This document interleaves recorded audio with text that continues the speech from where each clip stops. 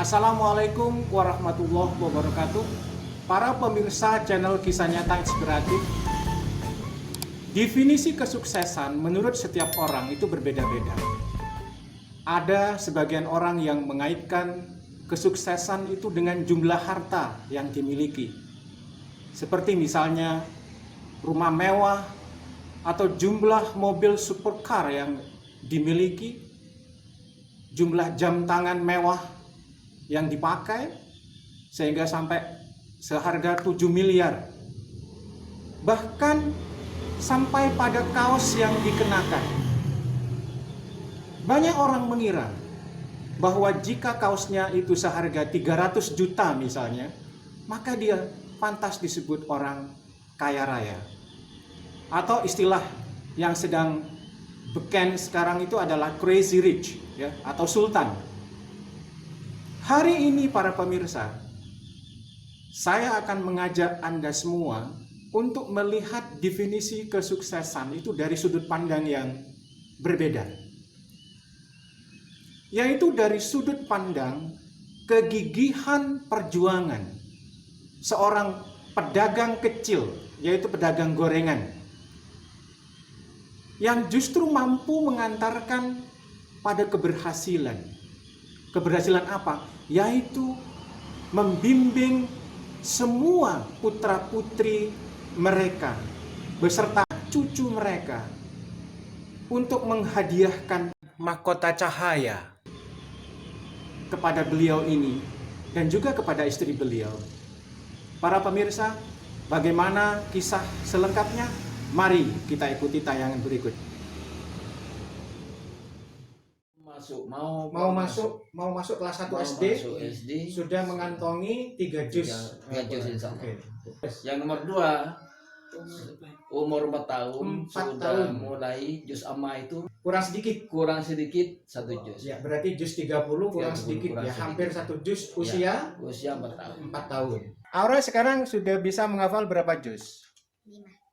5 juz, alhamdulillah ya. Itu kalau boleh diceritakan sedikit metodenya, metode apa? Itu dengan modal 5 juz bisa khatam sampai 30 juz hafal itu ya. Dalam 1 bulan atau tepatnya itu 28 hari 28 ya. hari.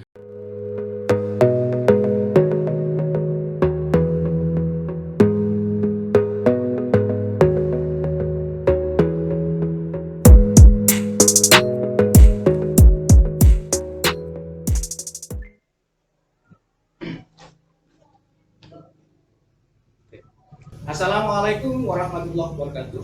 Para pemirsa channel Kisah Nyata Inspiratif.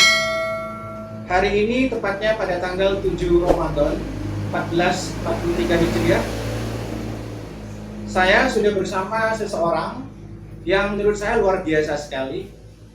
Sebagaimana yang saya singgung tadi dalam pembukaan, beliau adalah seorang pedagang kecil ya. Tepatnya adalah penjual gorengan, Pak. Gorengan. Karena memang setahu saya produk-produk beliau berdua dengan istri ini adalah kue-kue yang digoreng ya. Yang menurut saya adalah luar biasa, tetapi makna luar biasa ini sering disalahartikan oleh orang lain ya. Nah, untuk lebih lengkapnya saya akan mengajak wawancara atau bincang-bincang santai dengan beliau ini. Mungkin dimulai dulu dengan nama, Pak G. Jadi saya kenal beliau ini dengan nama Pak Bakir. Pak Bakir, Ahmad Bakir. Ahmad Bakir, nama lengkapnya. Ya, Ahmad Bakir. Kemudian umurnya, Pak? Umur 62 tahun. 62 tahun. Ya. Nah, ini dari Jember, Pak ya. Kemudian pekerjaan sehari-hari tadi sebagai penjual gorengan. Nah, tetapi Pak Bakir dulu pernah cerita ke saya bahwa dulu monggo Pak, silakan. Ya. Dulu pernah jual telur asin. Nah, telur Di mana itu, Pak? di Pasar Batian. Oh, di Pasar Kepatihan. Ya, waktu itu telur masih murah. Ya, Nah, beberapa tahun yang jualan ya masih sedikit ya. ya lagi moneter. Oh, moneter. Harga Pasar turun loh, naik. Oh iya, moneter itu Terus sudah lama. berhenti. Ya, Ya, oke, berhenti. berhenti. Oke. Setelah berhenti itu. oke, Nah. terus kemana ini Pak? Terus pindah Ke nah, usaha tempe. Buat tempe lama juga Pak. lama juga. 4 tahun insya Allah. 4 tahun. Ya Allah. Ingat saya 4 tahun. Ya, ya. Kalau boleh tahu Pak, waktu itu produksinya berapa kilo Pak? 35 kilo. Alhamdulillah, luar biasa. Terus, halo. 35 kilo ya dijual di Kemasan Tanjung. Tidak Oh. pulang ke sana. Berarti pakai apa? Transportasi Sepeda pancal. goes, pakai sepeda pancal ya? Goes, ya. Oke. Jadi bawa ini ya 35 kilo. Oke, tempe terus monggo setelah itu Ya. 4 tahun Pak ya? 4 tahun selama 4 tahun. Setelah itu saya berubah memelihara sapi. Oh, membeli sapi. Iya. Dipelihara sendiri atau dari orang lain? Dipelihara sendiri tapi Oh. kandangnya itu kampung ya, Pak. Oke, ke tetangga. Tetangga. Oke. Kalau boleh tahu berapa ekor Pak Bakir? waktu itu? Satu ekor. Tapi satu-satunya harta saya itu untuk biayai anak lagi untuk yang sekolah masa itu. Itu sapi. Jualan, buka toko. Oh. Buka toko Buka ini. toko. Ya. Di mana tokonya? Di Ini di depan. Oh, dulu ya? Dulu kan kota. Oh, dulu di sebelahnya ada toko Iya, ada toko peracangan. peracangan. Nah, setelah itu beberapa tahun ya berhenti juga. Berhenti juga. Oh, akhirnya pindah Setelah ke toko berapa tahun di ya pindah lagi jual Banyak persaingan. Oh iya, karena banyak persaingan, Sehingga banyak toko-toko berdiri, akhirnya memilih untuk Menjual kue. menjual kue gorengan Melica-melica gitu. sampai sekarang ya. sampai Iya. sekarang. Nah, oke, menarik sekali ya. Jadi kesimpulannya sekarang Pak Bakir adalah sebagai penjual gorengan. Oke, kemudian begini Pak Bakir ya. Ini saya dengar bahwa keluarga Pak Bakir ini adalah Ya. keluarga yang sangat tertarik kepada pembelajaran Al-Quran ya, atau istilahnya itu adalah mereka itu adalah berpendidikan di pondok pesantren ya, yang semuanya itu memiliki sekolah tahfidz, betul ya? Nah, monggo Pak Bakir diceritakan mulai dari anak pertama sampai berapa Pak? 3 ya? 3 orang. 3 anak pertama ya sampai lulus memang disarankan harus hafal 4 juz minimal. Minimal ya? Minimal 4 dan harus dan persyaratan untuk ambil ijazah memang itu harus hafal 4 juz. Ya. Di pondok yang sama anak yang kedua gitu juga. Terus sama 4 Sama yang nomor 3 ya? ya sama nomor 3 Oh. yang nomor 2 Kalau yang nomor 3 di mana? di mana di sekarang Masih kelas 3. iya ya, kelas 3. masuk kelas 3 SMP. Tapi juga ini ya, juga sedang apa? Dan belajar yang Belajar. hafiz sekarang sudah insya Allah hafal 5 juz. Sudah 5 juz sekarang ya. Yang nomor 3 ya. Yang nomor 3. Ya. Yang ikut kakaknya ya. Lagi ikut kakaknya di Malang. Ya. Nah, mungkin bisa disebutkan nama Nama pondok pondoknya Darul Ukhwah pesantren di Malang, Pak. di Ya? Malang, Pakis Bang. Pakis Pemban. Pakis, di daerah Pakis ya. Daerah Pakis Pemban. Malang. Iya. Darul Ukhwah Pondok. Jadi kan tadi Pak Bakir menyampaikan bahwa yang pertama itu pendidikannya di Al-Islah, Pak ya. Islam. Itu mulai dari tingkat apa, Pak? Tingkat SMP.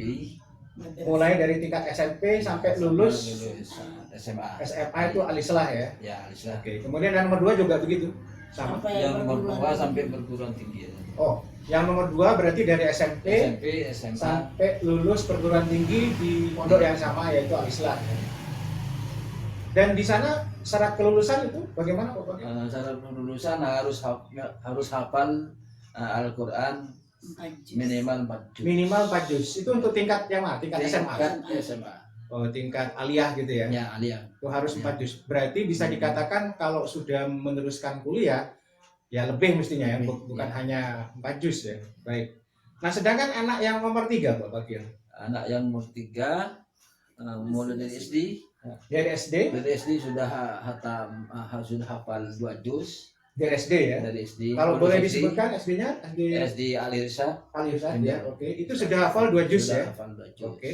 Setelah itu, Terus pindah ke pondok Pesantren. ke pesantren Darul Ukhwah Malang. hmm, Itu sampai sekarang SMP ya berarti ya? SMP. SMP ya. SMP sekarang kelas 3. Kelas 3 berarti sudah 3 tahun Pak ya? 3 tahun. Hmm. Sekarang hafal insya Allah 5 juz. Sudah hafal 5 juz insyaallah ya.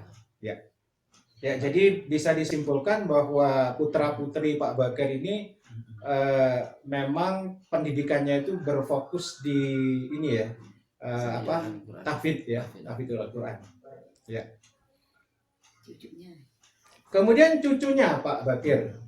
Saya punya cucu tiga, Tiga. semuanya laki-laki. Yang pertama insya Allah berumur 6 tahun, tapi sudah Ini sebentar dulu Pak Bakir, Ya. saya potong ya. Ini Ya. dari anak yang nomor dari anak yang pertama. Oh, dari anak yang pertama. Ya, Oke, silakan. dari anak yang pertama sudah punya anak tiga. Tiga, Yang pertama berumur 6 tahun 6 tahun.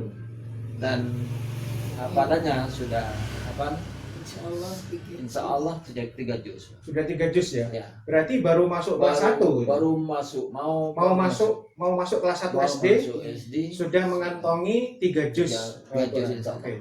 Laki-laki ya? Laki-laki. Oh, semuanya laki-laki ya? Laki. Baik, ya, terus. Yang nomor 2 umur 4 tahun 4 sudah tahun. mulai juz amma itu mulai hampir Tinggal 1.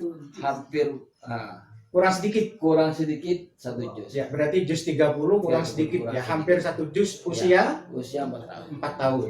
Baik, yang nomor 3 Yang nomor 3 masih umur 1 tahun setengah, Oh, tapi masih. sudah mulai belajar juga. belajar juga. Iya. Berarti sudah pintar ngomongnya, 1,5 tahun itu sudah mungkin mulai. sudah mulai ya, Sudah sudah bisa, alhamdulillah, alhamdulillah. Ya. Biasanya setahu saya itu kalau cowok lebih lambat ya daripada anak perempuan Ya. biasanya. Memang udah beda dari kakak-kakak. Oh, tadi beda ya, alhamdulillah. Oke. Nah, kemudian yang menarik bagi saya adalah tadi ketiga cucu Pak Bakir ini sama-sama tertarik pada pembelajaran Al-Quran, Iya. kepada penghafalannya juga. Nah, ini yang membina atau yang mendidik siapa? Guru luar atau abi dan uminya sendiri? Yang pertama Abi dan Uminya. Yang pertama. Berarti ditangani langsung ya? Setelah ya? dan keluar dari Dan sekolah, disekolahkan. disekolahkan di Hmm. luar, terus ya itu. Disekolahkan Ustaz di sekolah tahfidz. Oh, Dengan tahfidz. lebih, Pak. Ya. Jadi ketika belum sekolah sudah dibina sejak dini, Ya, kemudian disekolahkan, sekolahkan tapi di rumah juga diperkuat lagi, diperkuat sama diperkuat lagi ya. Nah, kebetulan kalau tidak salah saya pernah dengar putri Pak Bakir yang nomor 1 itu Ya, Stein, Stein ya. IAIN ya. Ya, IAIN. IAIN sekarang Oke. IAIN Mm-mm. dan jurusannya waktu itu tafsir hadis. Oh, memang tafsir hadis ya. jurusan Oke. tafsir hadis. Kemudian suami Mbak Suaminya Di anu ini. di An-Nuaimi Jakarta. hmm, Jurusan bahasa Arab. jurusan bahasa Arab. Bahasa Arab. Sekarang melanjutkan Sekarang. S3. Oh, Sekarang sudah sekarang mau selesai S2-nya. sekarang mau selesai S2 di mana itu? Di Malang. Uin Malang. Di Malang ya. Uin. Oh, di UIN Malang. Baik. Nah, tetapi beliau ini dengan istri, dengan anaknya Pak Bakir tadi sama-sama mengajar di satu tempat Di satu tempat. di Pondok Pesantren Pesantren Darul Ukhwah Darul Ukhwah di Malang di ya. Pakis Iya. Baman. Nah, Kemudian setelah itu Pak, maksudnya setelah kegiatan di kantor mungkin di rumah mengadakan kegiatan lagi seperti apa? Ngaji anak-anak atau bagaimana? kegiatan di pondok memang itu pengasuhnya, Pak. Oh, pengasuh ya. Bagian Ya, polisi. bagian pengasuh. Kalau tidak salah saya pernah dengar Ya. putrinya Pak Bakir juga sempat Mengajar. mengelola sekolah apa? Ya, rumah Sekolah Tafid Tafid, ya? Pelita. Hmm. Rumah Tafid Pelita namanya itu Rutaba. Rutaba, Rumah Tafid Balita. Ya. Berarti yang Usia yang 3 tahun. usia 3 sampai Usia berapa? 12 tahun. 12. Oh, 3 tahun sampai 12. Iya, iya. Sempat berapa orang muridnya waktu itu Pak Bakir? Waktu itu sampai 10 orang. Yang dibina ya? Yang dibina. 10 orang ya. Itu apakah sampai sekarang sudah? Berarti kan keluar di anu sudah ditarik ke pondok. Fokus. Fokus di dalam pesantren. Oh, tetapi pendidikan yang tadi. Kemudian yang itu diganti sama Diganti sama temannya. temannya. Oh, Ustaz, begitu. Oke, pertanyaan selanjutnya Pak Bakir. Oke, setahu saya itu banyak masyarakat yang memilih pendidikan anaknya itu di sekolah umum ya. Mulai dari TK, SD, sampai perguruan tinggi. Tetapi keluarga Pak Bakir ini menurut saya beda. Kenapa? Karena dari TK, SD, sampai perguruan tinggi itu semuanya dimasukkan pada sekolah agama. Nah, ini kalau boleh tahu motivasi atau alasan Pak Bakir itu apa? Ya, memang tugas sebagai orang tua harus gimana untuk mengarahkan anak untuk cari ilmu itu yang diutamakan masalah ilmu agama. Kalau menurut saya memang itu yang tujuan yang pertama, harus tahu agama. Satu, Pak. Caranya ya agama itu pondasi untuk anak-anak. Betul. Kalau pondasinya sudah kuat, insya Allah kuat agamanya. Betul. Makanya saya tertarik untuk itu disekolahkan di swasta, mulai dari SD, terus ke pondok, lulus SD ke pondok, dan sampai SMA, dan bahkan ke perguruan tinggi saya disekolahkan di agama. Kayak itu harapan saya kan untuk anak nanti di akhirat atau setelah saya meninggal. Betul. Itu harapannya sanggup untuk saya itu supaya mendoakan kedua orang tuanya, itu betul. harapannya kepada anak. Makanya Iya. fondasinya harus dikuatkan, itu belajar ilmu agama mulai sejak dini, itu harapan sebagai orang tua itu. Iya, jadi ibarat orang yang berinvestasi itu Pak Bakir ini tidak berinvestasi di dunia ya, tapi melakukan investasi akhirat ya. Jadi lebih, kan Pak, memang kan harus dapat keduanya. dua-duanya harus Iya. dijalankan. Ya, Betul. penting pondok kan masalahnya bukan cuma masalah agama kan. Ada Betul. juga. Ada juga ilmu umum ya. Ada. Ya, sama-sama dipelajari, betul ya. Dipelajari. Iya. Ya gitu kan, kebanyakan dia memang masalah agamanya. Saya pilih Lebih ditekankan ya. ditekankan Ke masalah agamanya. Ya, oke. Baik, terima kasih Pak Bakir. Kemudian ini Pak Bakir dan Bu Bakir bisa dikatakan, kalau menurut saya Pak ya, itu sukses dalam mendidik anak. Kenapa? Karena ukuran, ya katakanlah saya pribadi, itu apabila ilmu agama mereka kuat, yang Pak Bakir katakan tadi sebagai fondasi ya, kalau sudah kuat, maka segala sesuatunya akan ikut ya. Ya, Jadi kalau fondasinya kuat, maka yang lain akan ikut kuat, begitu ya. insyaallah. Ya, insya Allah begitu. Nah, sebenarnya cara mendidik anak dari Pak Bakir dan Bu Bakir bagaimana? Mungkin bisa dibagikan. Monggo. Cara mendidiknya gimana? Kalau saya cara mendidik anak itu memang harus diajari sendiri pertama kali. Terutama dalam baca Al-Qur'annya. Mau satu dalam bacaan Al-Qur'annya, dan kalau sudah sekolah itu diajari sendiri gimana agamanya, di mana umumnya.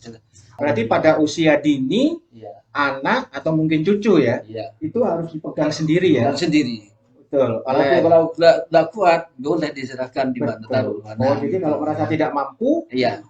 barulah diserahkan, Kalau sudah tua, disekolahkan ya. Iya, disekolahkan. Atau mungkin dua-duanya bisa jalan Pak ya. Bisa jalan. Di sekolah di rumah jalan, Jalan. pendidikannya. Iya. Kemudian diperkuat lagi di sekolah.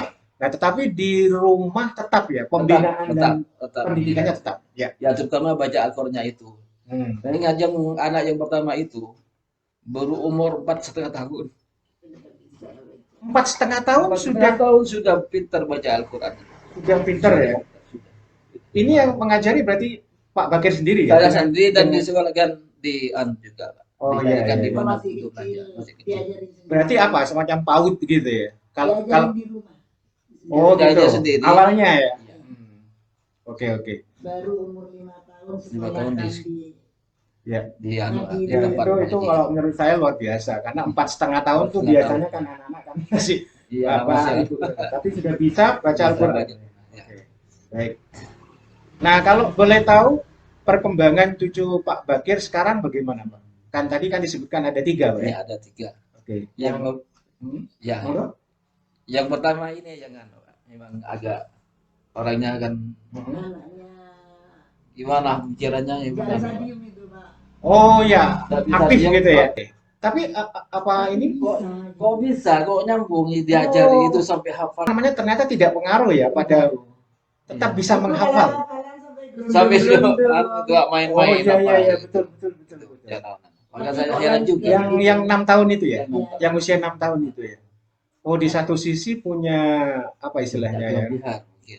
Nah, apa Walaupun orang Anaknya sudah aktif bisa gitu. Ya. dilatih. terlalu aktif gitu ya. Tetapi ketika Umi dan Abinya Ngajari. mengajari, Kok Nyantol ya? Iya, itu.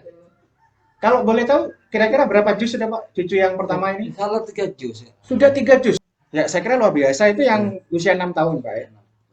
Sedangkan yang nomor 2 tadi? Yang nomor 2 umur 4 tahun. Dari Namanya segi pembicaraan kurangan. bicaraannya yang nomor 2. Lambat. Yang nomor berapa ini? Yang cucu nomor 2. Ya betul itu kan Pak kok lah ya Pak. Nggak Oke. bisa. Tapi sekarang sudah mau hafal juz amma. tinggal berapa surat yang Oh belum gitu ya. dibaca. Berarti juz 30 hampir 30. semua hafal ya. Ya. Padahal dia tuh punya kendala Ya bicaranya Di- itu bicara belum apa? pasti. apa katanya cadel apa Iya, iya. kata orang Madura itu pelat Pelat. pelat ya. Oh gitu, tapi saya pikir biasa itu Pak, anak kecil anak kecil senang lah dengar.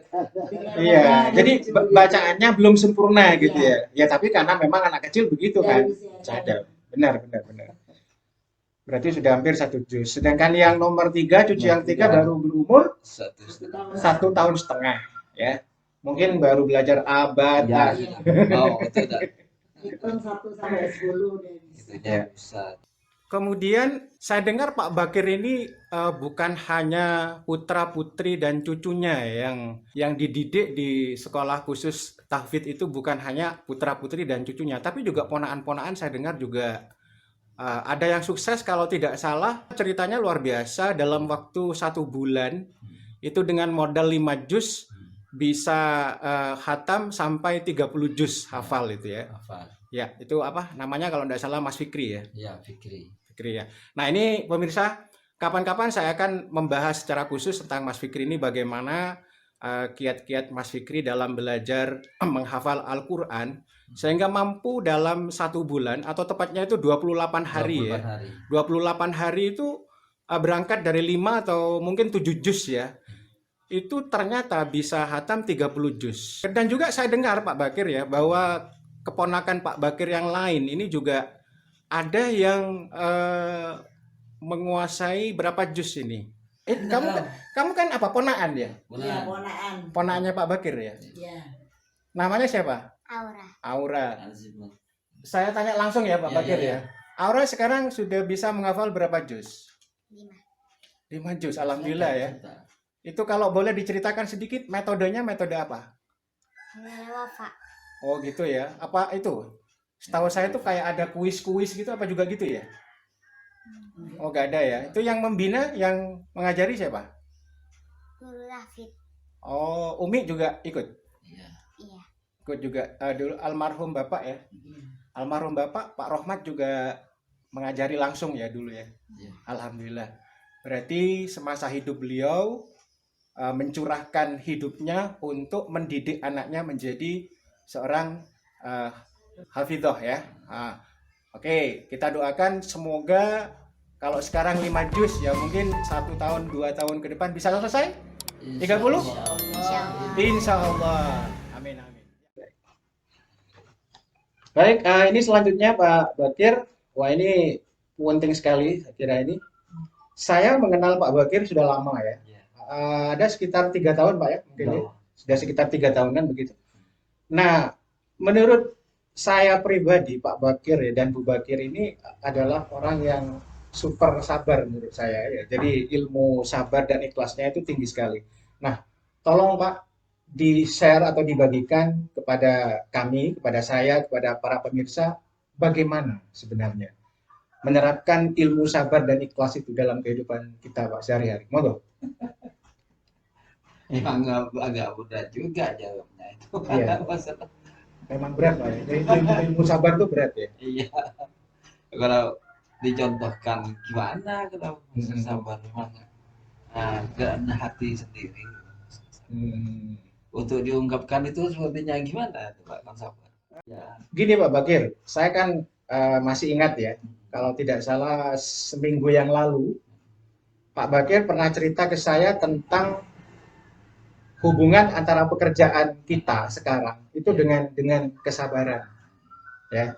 Nah itu mungkin bisa diulangi sedikit Pak. Monggo. Ya, memang pertama harus belajar sabar. Gimana caranya harus sabar? Ya seperti yang diceritakan mulai tadi, seperti usaha pertama, usaha jual telur asin, terus pindah jual tempe, bikin tempe ya. sampai sekarang jual gorengan. Bagaimana cara untuk bersabar? Betul Pak. Kalau saya sendiri gitu Pak. Kalau untuk sabar itu dikerjakan seperti biasa ya, begitu ya. dikerjakan seperti biasa. Mulai kerja itu kan malam Pak. betul. Maka tidak berarti sabar. Kalau pekerjaan malam waktu orang-orang semua tidur, Malah bekerja ya. ya Oh, saya dan keluarga yang bangun untuk kerja. kerja Maka ya. tidak berarti sabar itu. Betul. Itu kalau Mulai boleh jam 12 mulai bangun untuk kerja sampai sampai pagi. pagi selesai. Terus kalau udah sampai tidak tidur sama sekali. Padahal orang lain itu udah tidur ya. Tidur semua. Justru Pak Bakir, Bu Bakir Ya. ini bangun untuk bekerja. Untuk bekerja. Betul. Makanya pakai Iya, iya, iya. Goreng-goreng tadi ya. Ya. Baik, baik, baik. Goreng-goreng. Wah, itu kalau tidak sabar nggak bisa, Pak. Ya. Oh, udah bisa. Ya. Berarti Udah kalau- harus anu itu. Berarti kalau membicarakan waktu istirahat itu Iya. sangat kurang, Pak ya. Kurang. Memang Iya, iya, kurang. iya. Berarti Pak Bakir ini tidurnya jam berapa nih, Pak? Kalau saya sendiri ya kalau datang ngirim itu agak ngantuk, tidur sebentar. Tidur sebentar Setelah ya. itu ya sarapan, Hmm. sudah tidak usah tidur lagi. Berarti mungkin sekitar 2-3 jam gitu ya mungkin ya. Luar biasa ini. Jadi ya saya speechless, saya tidak bisa berkomentar banyak saya karena orang dengan jumlah jam tidur 3 jam atau 2 jam ini saya kira bisa dihitung dengan jari nih Pak ya, Iya. nggak banyak ya. Masalahnya ada sabar gimana Pak kalau sudah dikerjakan tuh saya sama keluarga kan dua orang kan ya. 2 orang ya. Sedangkan yang dibuat untuk dijual besok itu kan agak banyak Pak. Agak banyak. Oh. Banyak kan dari singkong itu dapat berapa kue kalau dia Memakan itu. tenaga. Jadi Oh, bukan gitu ya. tenaga. Jadi tenaganya justru yang banyak diperlukan Iya. ya. Mungkin kalau dari segi bahan tidak begitu mahal ya. Iya, Pak? tidak Cuma begitu. tenaganya ya. Tenaganya. Ya apalagi ya Pak kalau sudah gitu keadaannya ya harus sabar ayo Harus sabar. kerjakan sampai selesai Iya, gitu. betul, Oh, betul. enggak bangun jam 2. Betul. Walaupun sudah kerja satu malam Pak, ada hikmahnya menurut keluarga saya, menurut saya dan keluarga insya Allah banyak hikmahnya Pak. Termasuk Nomor melakukan satu. ibadah itu. Ya Pak. nomor satu bisa sholat malam. Bisa sholat Berarti itu malam. di sela-sela pekerjaan, Pak. Iya, ngejak Oh. waktu Peter Ya. harus pandai Nah, ini curi waktu Pak. ada istilah dari Pak Bakir barusan mencuri waktu Ya, ya. harus pandai Mencuri mencuri waktu. waktu untuk untuk Untuk gimana ibadah. kalau melaksanakan ibadah, terutama sholat malam. Oke, Harus oke. itu, Pak. Harus Wajib ya. Iya. Bisa saja. Bang. Maka awal ya, kerjanya awal jam 12, Iya. kemudian di tengah-tengah itu ada Harus waktu berhenti, berhenti ya. harus beribadah. Untuk sholat. Sholat dulu. Kemudian setelah sholat baru diteruskan ya, Iya. sampai pagi itu ya. Ya. Satu itu hikmahnya Hikmah. kerja malam untuk Hmm, saya oke, dan keluarga saya bisa kerja sampai sekarang insya Allah istiqomah Pak. Terjaga Pak, istiqomah. Iya. Alhamdulillah, alhamdulillah. Oke. Makanya mungkin Allah sudah ngasihkan ke hati saya dan keluarga untuk lunak Kerja hati malam. dan sabar mungkin gitu Oh, Allah. betul ya. Jadi Allah itu memberikan apa istilahnya ya semacam hadiah Iya, gitu ya. Iya. Ada bonus dari Allah berupa kesabaran ya. Jadi di satu sisi harus bekerja keras, berjuang demi keluarga, Ya. tapi di sisi yang lain Allah itu memberikan sesuatu yang tidak kalah berkahnya. Ya. Apa itu? Kesabaran dan keikhlasan. Oke, baik, selanjutnya Pak Bakir, ini juga tidak kalah penting. Pak Bakir itu punya prinsip-prinsip hidup seperti apa, Pak? Jadi biasanya orang itu punya amalan-amalan, ya mungkin amalan khusus ya, untuk menjadi orang yang sukses ya. Jadi saya katakan sukses dalam mendidik anak ini, ilmunya itu bagaimana? Amalannya gimana? Monggo. Kalau saya sendiri Pak, pertama nomor satu harus mengerjakan sholat yang sebanyak 40 rakaat Pak. 40 rakaat satu hari. Iya, sehari semalam. Ah, Harus itu dikerjakan. Boleh dirinci Pak, 40 itu apa aja? 17 rakaat untuk yang 40 yang Oke, wajib. yang berarti yang wajib Oleh 7. itu subuh, zuhur, asar, maghrib, isya. Oke, Itu 17. 17 rakaat. Baik. Setelah itu sholat yang ikut kepada fardu Oke, sunnahnya ya. sunnahnya Oke. sebelum subuh Sunnah. 2, Mhm. sebelum zuhur 4, Oke, sesudah maghrib 2, oke.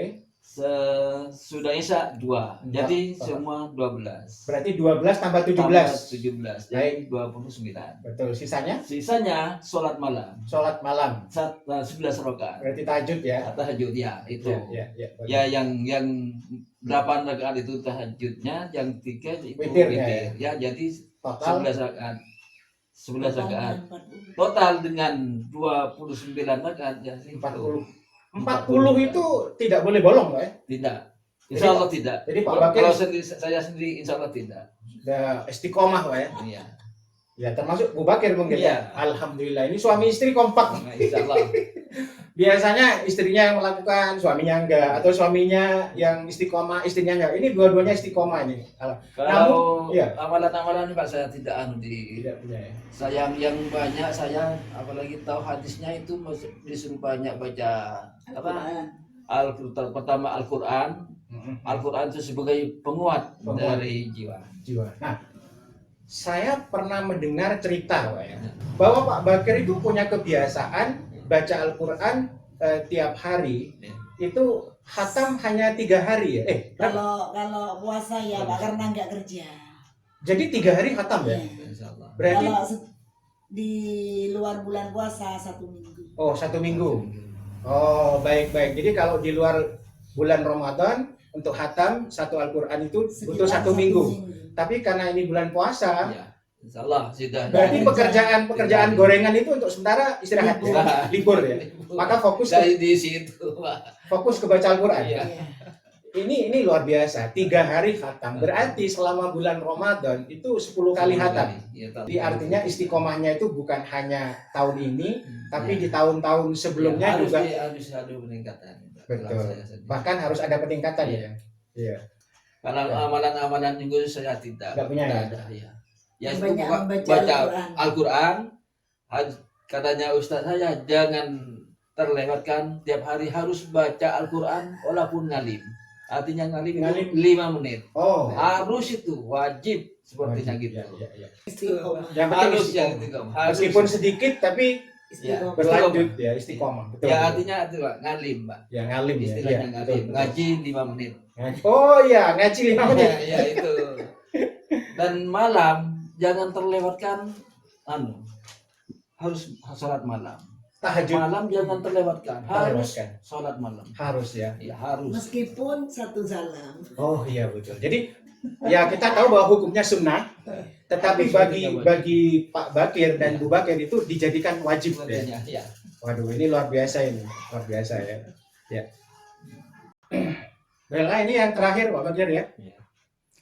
Ini sebelum kita akhiri bincang-bincang saya dengan Pak Bakir, monggo Pak Bakir menyampaikan pesan-pesan kepada pemirsa ini.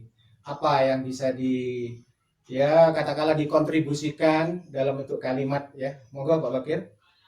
Nomor 1 harus jangan bosan-bosan untuk belajar, terutama belajar agama. Belajar agama dan Al-Qur'annya harus dibaca itu Al-Qur'an dan sunnahnya. Ya, jadi tidak boleh dihalangi oleh usia atau umur Pak ya. Pak, ada punya alasan cuma umur. Oh, Umur Berapa tahun pun berapa tahun saja harus harus belajar. menambah ilmu ya. Ya kata Rasulullah Hmm. sampai meninggal, dari buayan sampai meninggal, kalian hati. Oh betul, sampai mati malah ya. Ketika mati maka tidak perlu sudah. Jadi artinya itu utrul ilmu al mahdi ilallah di sini. Gitu. Belajar dari apa Mulai buaya. dari buayan sampai ke Liang liang lahat. lahat, Ya, harus belajar itu. Betul. Mungkin yang lain Pak Bakir? Selain itu ada nggak? Sudah cukup ya? Ya. Saya tutup ya. Baiklah para pemirsa, itulah bincang-bincang saya dengan keluarga Pak Bakir yang dalam hal ini diwakili oleh Bapak Bakir, sedangkan Ibu Bakir mendampingi di sebelah ya, jadi tidak mau masuk ke frame ini. Tadi saya tabari gimana Bu kalau dua-duanya enggak, saya cukup di belakang layar saja. Ya, nggak apa-apa, saya hargain. Ya. Terima kasih bagi para pemirsa yang telah menyaksikan video ini. Mudah-mudahan membawa keberkahan dan manfaat bagi kita semua. Amin. Amin. Akhirul kalam. Wabillahi taufik wal hidayah. Wassalamualaikum warahmatullahi wabarakatuh.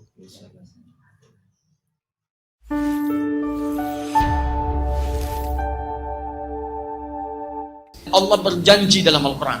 Allah berjanji bahwa orang yang benar menghafal Qurannya, benar menghafal, nanti benar itu bisa mengamalkan isinya, benar menghafalnya, maka bukan hanya masuk surga, Allah akan hiasi dia ketika masuk surga dengan perhiasan yang membedakan dengan yang bukan menghafal Quran. Demi Allah saya katakan, berusahalah menghafal Quran. Janjinya ada di Quran surah ke-35 Fatir ayat ke-33. Paling kiri sebelah atas. Jannatu 'adnin yadkhulunaha. Awas, ada golongan para penghafal Quran yang masuk ke dalam surga Aden. Yang paling indah di dalamnya, awas, lihat baik-baik. Di dalamnya yuhallawna fiha min asawir. Mereka akan dihiasi dengan perhiasan-perhiasan yang sangat indah di dalamnya. Fayulbasu ilaihi tajul karamah, maka dipakaikan di kepalanya mahkota kehormatan. Tayyib, kemudian dipanggil orang tuanya, sepanjang dia beriman pada Allah, beramal saleh, maka dipakaikan mahkota di kepala kedua orang tuanya sepanjang dia beriman dan beramal saleh. Dipakaikan oleh anaknya langsung. Ingat baik-baik ya, saat orang tua yang lain yang Anda anggap kadang amalannya biasa, pekerjaannya semacam Anda terlihat kecil dalam pandangan Anda, ternyata boleh jadi dia sedang menyiapkan ahli surga di kehidupan nanti.